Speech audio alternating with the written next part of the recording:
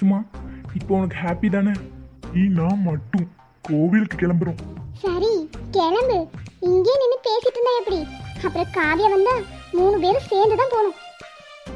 அடடா, 2 பேரும் என்ன விட்டு போட்டு ஜோடியா எங்கே கிளம்பியாச்சு? காவியா கல்யாணம் முடிஞ்சு வெளியே இன்னும் எங்கேயும் போகல.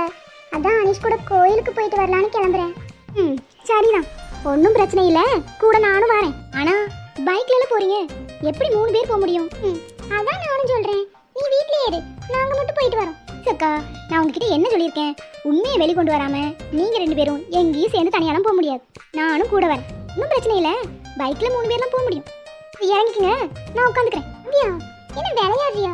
நான் எதுக்காக இறங்கணும்? நானும் இறங்க மாட்டேன். நீங்க சாரி கட்டிருக்கீங்க, நான் சுடிதார் போட்டிருக்கேன். நான் சென்டர்ல உட்காந்தா நீங்க கொஞ்சம் ஃப்ரீயா உட்காந்துக்கலாம்ல. என்ன அனீஷ் இது? அவ சொல்றதும் கரெக்டு தானே ஐசு. சுடிதார் போட்டுட்டு அவ டபுள் சைடு உட்காந்துப்பா. சாரி கட்டிட்டு நீ அப்படி உட்கார முடியாதுல. இறங்கிக்கோ, அவ உட்காரட்டும். யாரும் பைக்லயே போக வேண்டாம், பேசாம நடந்து போ. இறங்கு. அதுவும் சரிதான், வாங்க நடந்தே போவோம். என்ன மேடம், பேக்கிங்லாம் ரெடி பண்ணியாச்சா? என்னாச்சு என் செல்லத்துக்கு? கேட்டுக்கிட்டே இருக்கேன், பதில் சொல்லாமே உட்காந்துக்கிட்டு இருக்கு. ஏஜுமா, என்னாச்சு? சரவணா, நம்ம ஊருக்கு போய் தான் ஆகணுமா? கல்யாணம் முடிஞ்சு ஒரு தடவை கூட இன்னும் போய் அம்மாவை பார்க்கல. அம்மாவுக்கும் நம்மளை பார்க்கணுன்னு ஆசையா இருக்கும்ல. சரவணா, ஆனா எனக்கு அம்மா, ஆச்சி, அப்பா, அக்கா இவங்களெல்லாம் விட்டுட்டு வர மனசே இல்லை. என்னைக்கா இருந்தாலும் நம்ம அங்கே போய் தானே ஆகணும். நான் போகலைனா அவங்களுக்கு வேற டபுளாக இருக்கும்ல. புரியுது சரவணா, ஆனா என் அம்மா அப்பாவெல்லாம் விட்டுட்டு வர எனக்கு மனசு ஒரு மாதிரி இருக்கு. ஒன்று பண்ணுவோமா, நீ வேணா இங்கே இரு, நான் வேணா அம்மா கிட்ட பேசிக்கிறேன். என்னைக்கு என் கூட வரணும்னு தோணுதோ சொல்லு, அன்னைக்கு கூட்டிட்டு போறேன். போங்க, அதெல்லாம் ஒன்றும் வேணாம்.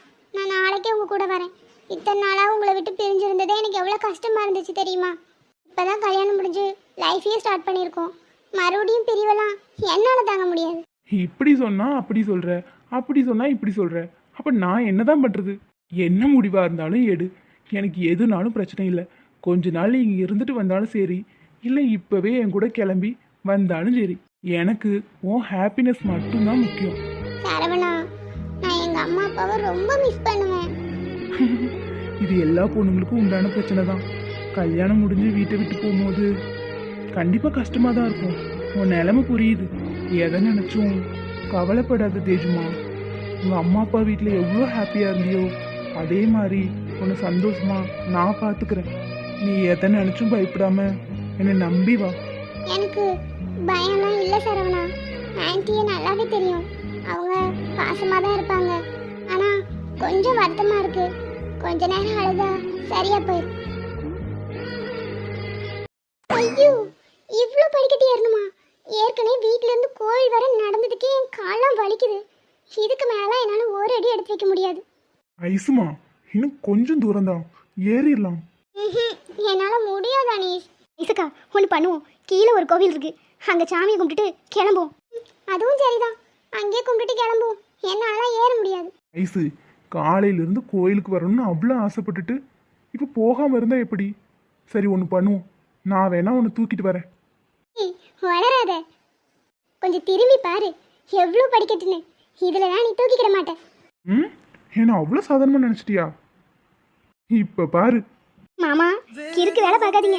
இவ்வளோ படிக்கட்டுலாம் ஏறிக்கிட மாட்டீங்க. அதெல்லாம் நான் பார்த்துக்கிறேன். ஐசக்கா, கவனமா இருந்துக்கோங்க, கீழே இது போட்டு போறாரு.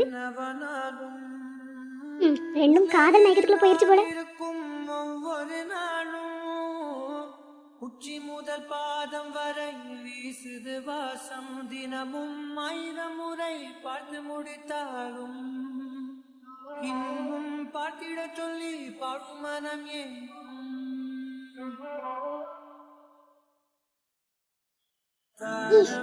கால் வலிக்க போகுது, நான் வேணா இறங்கிக்கிறேன். ஏய், விளையாட்டுக்கு சொன்னதுக்கு இவ்வளோ தூரம் தூக்கிட்டு வந்துட்ட, உனக்கு கஷ்டமா இல்லையா? எனக்கு ஒரு கஷ்டமும் இல்லை. நீயும் காவியாவும் கோயிலுக்குள்ளே போயிட்டு வாங்க, நான் கொஞ்ச நேரம் உட்காந்து எஞ்சிட்டு வரேன். சரிடா, வாங்க காவியா, கோயிலுக்கு போகலாம். நீங்கள் போங்க, நான் வரேன். ஏமாம்மா, உங்களுக்கு கொஞ்சம் கூட காலை வலிக்கலையா? வலிக்குது, ஆனால் அவகிட்ட சொன்னால் கஷ்டப்படுவாள்ல. அவங்கள இந்த அளவுக்கு லவ் பண்ணுறீங்களா? படிக்கட்டில் நடந்து வரதுக்கே அவ்வளோ கஷ்டமா இருக்கும். நீங்கள் அவங்கள இவ்வளோ தூரம் தூக்கி வரீங்கன்னா அவங்க மேலே எந்த அளவுக்கு உயிராக இருப்பீங்க. ஆனால் அப்படி எதுக்காக என்கிட்ட அப்படிலாம் பேசி நடிச்சிங்க? நீ முதல்ல சொன்னது என்னமோ உண்மைதான். ஐஸு மேலே நான் உயிரே வச்சுருக்கேன். அவள் தான் எனக்கு எல்லாமே. அவளுக்காக இது மட்டும் இல்லை, நான் என் உயிரையே கொடுக்க கூட தயங்க மாட்டேன். நான் செகண்டாக ஒன்று சொன்னியே, அது உண்மை கிடையாது. நான் உன்னை லவ் பண்ணவும் இல்லை, ஏமாற்றவும் இல்லை. ஆமாம், திரும்ப திரும்ப போய் சொல்லாதீங்க. என்கிட்ட ஒரு வாட்டி மன்னிப்பு கேட்டுட்டு அப்படியே விட்டுருங்க. நீங்கள் 2 பேரும் விரும்புகிறத பார்த்தா நான் தான் நடுவில் இருந்து தொல்லை பண்ணுறேன்னு எனக்கே சங்கடமாக இருக்குது. மன்னிப்பு மட்டும் கேட்டிங்கன்னா நான் அப்படியே ஒதுங்கி போயிடுவேன். அபியா, செய்யாத தப்புக்கு என்னை மன்னிப்பு கேட்க சொன்னா நான் எப்படி கேட்பேன்னு சொல்லு. என் மேலே போட்டுக்கிற பழி அப்படியே இருக்கட்டும். அதுக்காக நான் உன்னை வெறுக்கலாம் மாட்டேன். கண்டிப்பாக அதை நான் செய்யலைன்னு ஒரு நாள் உனக்கு ப்ரூவ் பண்ணுவேன். அன்னைக்கு தான் உனக்கு என்னை பற்றி புரியும். அதுவும் இல்லாமல் ஆரம்பத்தில் எனக்கு உன் மேலே இப்படி ஒரு பழியை போட்டுட்டாலேன்னு கோபம் இருந்துச்சு. ஆனால் இப்போ உன்னை பார்க்கும்போது அந்த கோபம் கூட எனக்கு இல்லை. நீ நானும் ஐஸும் பழகிறது பார்த்து ஒரு துளி அளவு கூட பொறாமப்படுறதில்ல. சிரிச்சிட்டு எங்கள் கூட ஜாலியாக தான் இருக்க. ஆனால் உன் மனசில் ஏதோ ஒரு குழப்பம் இருக்குது. அது கண்டிப்பாக ஒரு நாள் தீரும். அது வரைக்கும் நீ இப்படியே கூட இரு, நான் உன்னை தடுக்க மாட்டேன். நீங்கள் நல்லவராக தான் இருக்கீங்க. ஆனால் நான் சொல்கிறது அத்தனையும் உண்மை. சரி காவியா, விடு, ரொம்ப யோசிக்காத, பார்த்துக்கலாம். இப்போ கோவிலுக்குள்ளே போகலாம். சாமி கும்பிட வந்துட்டு கண்டதெல்லாம் எதுக்கு போட்டு யோசிக்கணும்? ம், சரிங்க மாமா. என்னடா மார்னிங் ஜோடியாக வெளியே கிளம்புன மாதிரி இருந்துச்சு. எங்கடா கூட்டிகிட்டு போனேன்? ஐஸு தான் கோயிலுக்கு போகணும்னு சொன்னான், அதான் கூட்டிட்டு போயிட்டு வந்தேன். கோவிலுக்கா? அப்போ ஜாலி தான். 2 பேரும் ஜோடியாக பைக்கில் போயிட்டு வந்திருப்பீங்க.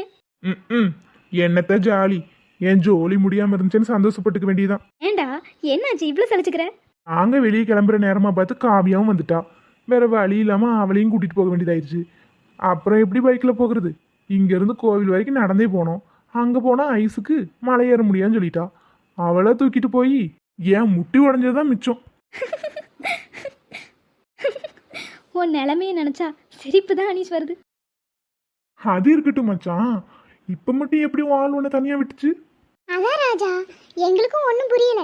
ஃபோனையே பார்த்துக்கிட்டு இருந்தா நாங்களும் இதான் ஜாக்குன்னு வெளியே வந்துட்டோம். நாங்கள் வெளியே வந்தது எங்கள் பின்னாடியே வந்துருவான்னு தான் நினச்சோம். இன்னும் வர காணோம். அதுக்கு என்ன, இப்போவே கூப்பிட்டுருவோம். காவியா சிஸ்டர், வாயை வச்சுட்டு சும்மா இரு. வந்துரு போறா. உங்கள் நிலமையை நினச்சா என்ன சொல்கிறதுனே தெரியல. சிரிடி சிரி, என்ன மாதிரி நிலைமை உனக்கு வந்தா அப்போ தெரியும். டே எருமைகளா, இப்போ தான் 2 பேரும் தனியாக இருக்காங்க. வாங்க அவங்க 2 பேரும் டைம் ஸ்பெண்ட் பண்ணட்டும், நம்ம போவோம். ஏய் ராஜா, வாடா, வெளியே ஒரு வாக் போயிட்டு வரலாம். இந்நேரத்தில் என்னடா வாக்கிங்? சும்மா தான் ஐஸு, வீட்டுக்குள்ளே உட்காந்து ஒரே போர். அதுக்கு நாங்கள் 2 பேரும் கொஞ்சம் வெளியே சுற்றிட்டு வந்தால் நல்லா இருக்கும்னு தோணுது. மச்சான், அப்போ இருடா, நானும் வரேன். உங்கள் 2 பேரையும் தனியாக விடலான்னு பார்த்தா இவனும் கூட வரேங்கிறான். அதெல்லாம் வேணாம் மச்சான், நாங்கள் 2 பேர் போயிட்டு வரோம். நீ ஐஸு கூட இருக்க, அப்படியே கொஞ்ச நேரம் பேசிக்கிட்டு இரு. நீ வந்துட்டீன்னா அவளுக்கு போர் அடிக்கும்ல. அதெல்லாம் ஒன்றும் பிரச்சனை இல்லைடா, அதான் சோஃபி இருக்கால. இங்கே உட்காந்து கதை விட்டுட்டு இருக்க வேண்டியதான். ஏன் புருஷன் தேடுவார், நான் கிளம்பியாச்சு. டேய் மச்சான், போகலாமா? போகலாண்டா.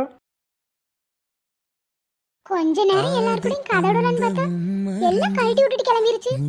கிளம்புனாங்கன்னு உனக்கு தெரியாதா?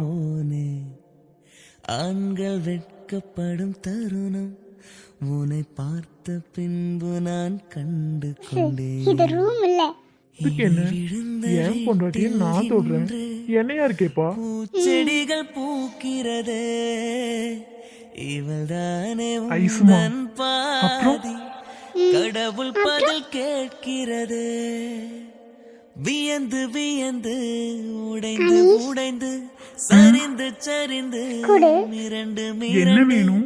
இந்த நிமிடம் உனக்கு தெரியாதா? மீண்டும் பிறந்து உனக்குள் கலந்து தொலைந்து தொலைந்து அதெல்லாம் தப்பு. எங்கேயோ பார்த்த மயக்கம் எதுவும் தப்பு இல்ல. எப்போதோ வாழ்ந்த நெருக்கம் தேவதை இந்த சாலை ஓரம் வருவது என்ன மாயமாயம். கண் திறந்தவள் பார்க்கும் போதும் கடவுளை இன்றும் நம்பும் மனது.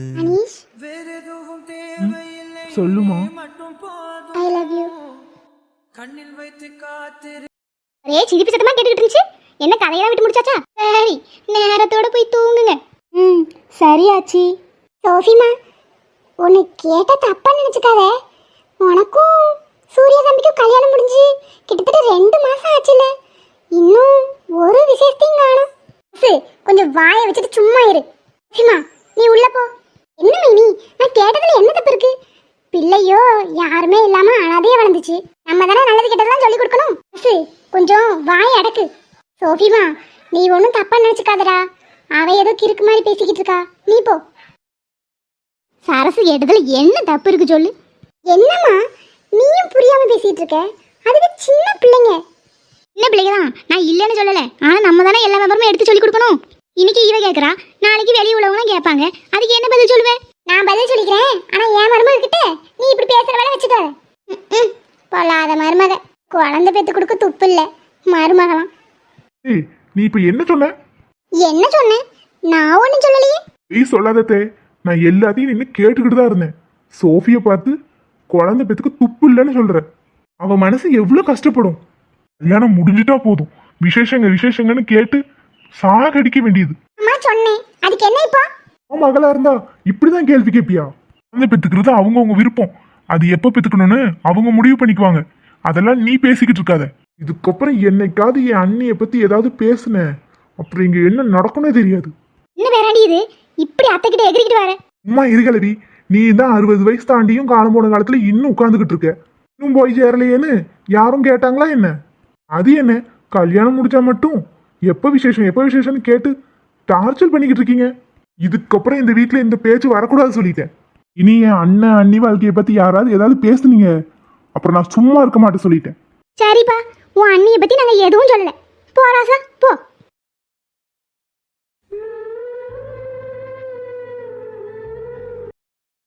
ஓய், இவ என்ன நம்ம வந்தது கூட கவனிக்காம என்னத்தையோ யோசிச்சுக்கிட்டே உட்காந்துட்டு இருக்கா.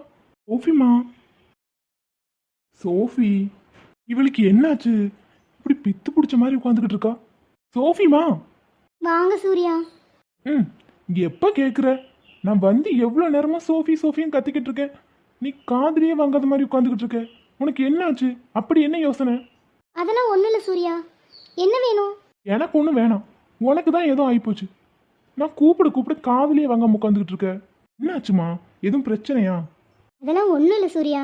உன் முகத்தை பார்த்தாலே தெரியுது ஏதோ பிரச்சனைன்னு. என்னன்னு என்கிட்ட கூட சொல்ல மாட்டியா? அதெல்லாம் ஒன்றும் இல்லை, நான் நல்லா தான் இருக்கேன். கொஞ்சம் தலைவலியாக இருக்குது, வேற ஒன்றும் இல்லை. கண்டிப்பா ஏதோ பிரச்சனையா இருக்கு. இல்லைன்னா சோஃபி இப்படி உடஞ்சு போயெல்லாம் உட்கார மாட்டாளே. சூர்யா, என்ன பண்ணுறீங்க நீங்கள்? நான் என்ன பண்ணேன்? என் பொண்டாட்டியே மடியில் உட்கார வச்சேன். விடுங்க சூர்யா. சொல்ற வரைக்கும் நான் உன்னை விட போறதில்ல. மூஞ்சி தூக்கி வச்சுட்டு சோகமா உட்காந்துக்கிட்டு இருக்க. என்னன்னு கேட்டா சொல்லவும் மாட்டேங்கிற. அப்ப நான் எப்படிதான் தெரிஞ்சுக்கிறது? இதுவா இருந்தாலும் என்கிட்ட ஷேர் பண்ணி பழகு சோஃபிமா. தான் ஒன்றும் இல்லைன்னு சொல்கிறல்ல, விடுங்களேன். ஒன்றும் இல்லைன்னா மூஞ்சி எதுக்கு இப்படி தூக்கி வச்சுட்டு இருக்க? இது தலைவலி, வேற ஒன்றும் இல்லை. எந்த பிரச்சனையும் இல்லைன்னா ஓகே தான். ஆனா ஏதாவது பிரச்சனை இருந்தா என்கிட்ட தைரியமா சொல்லு. வீட்டில் யாராவது ஏதாவது சொன்னாலும் என்கிட்ட ஓப்பனா சொல்லு, நான் பேசிக்கிறேன். இந்த வீட்டில் என்னை யார் என்ன பேச போகிறாங்க? அதெல்லாம் ஒன்றும் இல்லை. எல்லாருமே என் மேலே நல்ல பாசமாக தான் இருக்காங்க. அப்புறம் ஏன் மூஞ்சி தூக்கி வச்சுக்கிட்டு இருக்க? அதெல்லாம் ஒன்றும் இல்லை. இப்போ என்ன உங்களுக்கு பிரச்சனை? மூஞ்சி தூக்கி வச்சுட்டு தான் பிரச்சனையா? விடுங்க. இப்போ முகம் பார்க்கறதுக்கு எவ்வளோ அழகா இருக்கு. இப்படி சிரிச்சுட்டே இருக்கிறத விட்டுட்டு உட்காந்துருந்தா என்ன ஏதுன்னு மனுஷனுக்கு பதட்டமாகுதுல. செல்ல பொண்டாட்டி எப்பவுமே இப்படி சிரிச்சுட்டே இருக்கணும், சரியா? சரிதான். சிரிச்சுட்டே இருந்தா லூசுன்னு சொல்லுவாங்க. லூசுன்னு சொல்லாம வேற எப்படி சொல்லுவாங்க? ஏங்க, நான் உங்ககிட்ட ஒன்று கேட்கட்டுமா? கேளு. ஏங்க, நம்ம ஏன் குழந்தைய பற்றி யோசிக்கக்கூடாது? இதை எப்பவும் நான் கேட்பேன், இன்னைக்கு என்ன அதிசயமா நீ கேட்குற? இப்போ புரிஞ்சிருச்சு மேடம் ஏன் மூஞ்சி தூக்கி வச்சுட்டு இருந்தீங்கன்னு. வீட்டில் யாரோ இதை பற்றி பேசி உன்னை கஷ்டப்படுத்திருக்காங்க, அப்படித்தானே? ஆச்சே, அதெல்லாம் ஒன்றும் இல்லை. நானே தான் கேட்டேன். பாரு சோஃபிமா, குழந்தைங்கிறது நம்மளோட விருப்பம். அடுத்தவங்க சொன்னாங்கங்கிறதுக்காகலாம் நம்ம உடனே பெற்றுக்கணும்னு அவசியம் இல்லை. நீ தானே சொன்ன கொஞ்ச நாள் போகட்டும், லவ் பண்ணுவோம், அதுக்கப்புறம் குழந்தை பெற்றுக்கலான்னு. இப்போ திடீர்னு வந்து நீயே மாற்றி பேசுகிறத பார்த்தா யாரோ உங்ககிட்ட ஏதோ சொல்லியிருக்காங்கன்னு தான் எனக்கு தோணுது. அதெல்லாம் ஒன்றும் இல்லை, நானாக தான் கேட்குறேன். நீ ஏன் கேட்குறேன்னா ஓகே தான்.